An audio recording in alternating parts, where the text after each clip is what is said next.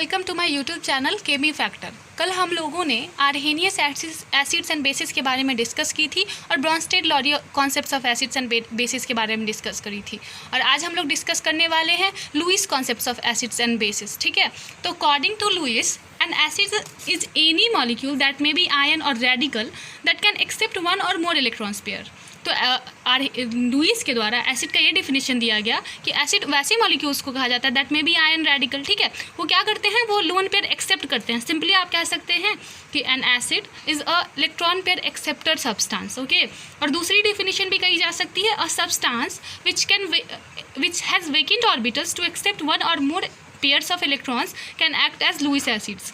वैसे सब्सटेंस जिसके पास कोई वेकेंट ऑर्बिटल हो एक्सेप्ट करने के लिए इलेक्ट्रॉन्स को, उसको आप क्या कहोगे, लुईस एसिड कहोगे। इसको आप बेसिक एग्जांपल से भी समझ सकते हो कि कोई आदमी है, उसके पास कोई खाली जगह नहीं है, तो वो सामान कैसे रखेगा। तो खाली जगह सामान रखने के लिए तो खाली जगह करनी पड़ेगी, उसके पास पहले से खाली जगह होनी चाहिए। तो वही सेम चीज़ होता है लुईस एसिड में। उसके पास क्या होती है, खाली ऑर्बिटल्स होती हैं, जिसके कारण वो उस खाली ऑर्बिटल्स में क्या करता है, लोन पेयर को एक्सेप्ट कर लेता है।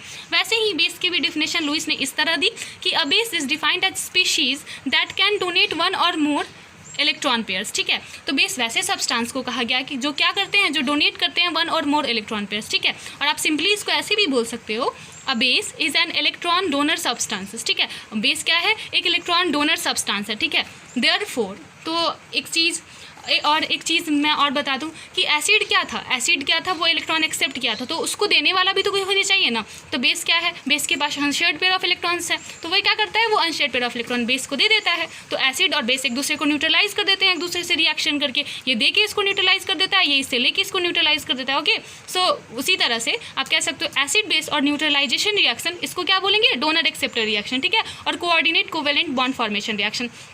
अब आप पूछोगे कोऑर्डिनेट कोवेलेंट बॉन्ड किसको बोलते हैं, तो कोऑर्डिनेट कोवेलेंट उसको बोलते हैं जब कोई एटम है, उसके पास अनशेयर्ड पेयर ऑफ इलेक्ट्रॉन्स है, तो वो किसी और एटम के साथ उस अनशेयर्ड पेयर ऑफ इलेक्ट्रॉन्स को डोनेट करके बॉन्ड बनाया, तो उसको आप बोलोगे कोऑर्डिनेट कोवेलेंट बॉन्ड। ओके, तो coordinate covalent bond is what, तो coordinate covalent bond formation is the formation of bond by sharing of unshared pair of electrons to any other atom. Okay, there is some examples of Lewis acids and bases. ठीक है, here it is Lewis acid and this is Lewis base, और its reaction acid base reaction that is donor accept reaction, कि एक Lewis base donate करेगा और Lewis acid accept करेगा। ठीक है, तो आप इसको इस दोनों के बीच होने वाली रिएक्शन को क्या बोल सकते हो, डोनर एक्सेप्टर रिएक्शन। ओके, तो आप जानते हैं BF3 को आप जानते हैं, इसके पास एक वेकेंट p ऑर्बिटल होती है। ये क्या है, p ऑर्बिटल उसके पास वेकेंट होती है। ठीक है, तो वेकेंट p ऑर्बिटल होने की वजह से क्या करता है, ये अमोनिया क्या है, नाइट्रोजन, इसके पास अनशेयर्ड पेयर ऑफ इलेक्ट्रॉन्स है, इसीलिए ये लुईस बेस है। और इसके पास अनफिल्ड ऑर्बिटल है, अनफिल्ड p ऑर्बिटल है, जिसकी वजह से ये क्या करेगा, इससे एक्सेप्ट कर लेगा लोन पेयर, तो ये क्या हो जाएगा, लुईस एसिड हो जाएगा। और ये क्या किया, बेस को ये लोन पेयर दिया, तो ये इसकी वजह से ये लुईस बेस हो गया। तो इसी तरह से इसका न्यूट्रलाइजेशन रिएक्शन यहाँ हो गया, BF3 क्या किया, इससे लोन पेयर लिया, तो ये क्या बन जाएगा, कोऑर्डिनेट कोवेलेंट बॉन्ड। क्यों, क्योंकि ये लोन पेयर अपना डोनेट किया है। ठीक है, उससे बॉन्ड यहाँ पे फॉर्मेशन हुआ है, क्योंकि अनशेयर्ड पेयर ऑफ इलेक्ट्रॉन है, जब अनशेयर्ड पेयर ऑफ इलेक्ट्रॉन का डोनेशन होता है तभी कोऑर्डिनेट कोवेलेंट बॉन्ड बनती है। ठीक है, उसी तरह से दूसरा एग्जांपल स्टैनस क्लोराइड, अब इसको टीन क्लोराइड भी कहते हो। तो ये क्या है, इसमें क्या होती है ना, एक अनफिल्ड 5d ऑर्बिटल होती है। अनफिल्ड 5d ऑर्बिटल होने की वजह से क्या करता है, ये दूसरे सब्स्टिट्यूएंट से इलेक्ट्रॉन पेयर को एक्सेप्ट करता है। तो यहाँ देखो, ये डाई अल्काइल ईथर में ये एक ईथर है। ठीक है, ये एक ईथर है ROR। ठीक है, जिसके पास 2 लोन पेयर है। ठीक है, तो ये क्या करेगा, इसके पास जो 5d वेकेंट ऑर्बिटल है वो क्या करेगी, इस लोन पेयर को एक्सेप्ट करेंगी, तो इसकी वजह से ये लुईस एसिड का काम करेगी और ये लुईस बेस का काम करेगी। ओके, और ये कंपाउंड बना लेगी एक दूसरे को न्यूट्रलाइज करके। ठीक है, और ये रिएक्शन हो जाएगा। उसी तरह से H+, ठीक है, H+, इसके पास 1s, एक ही ऑर्बिटल, एक ही इलेक्ट्रॉन ही था, और वो भी इलेक्ट्रॉन इसने डोनेट कर दिया, तो ये तो इसके पास कुछ है ही नहीं, ये तो खाली है पूरा।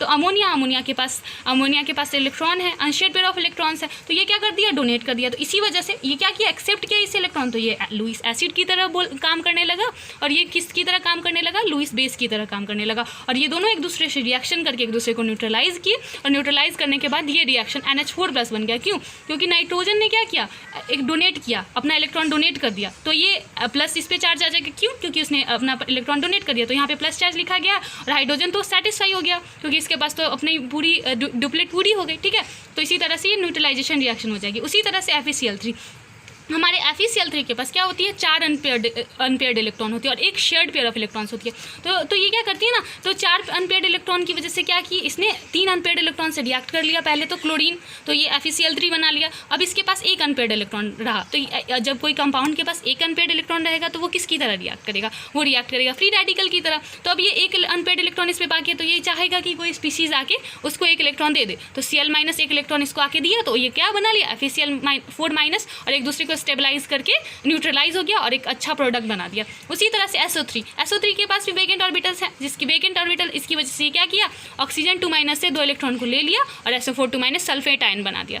Thank you. If you like this video please hit the bell icon and subscribe.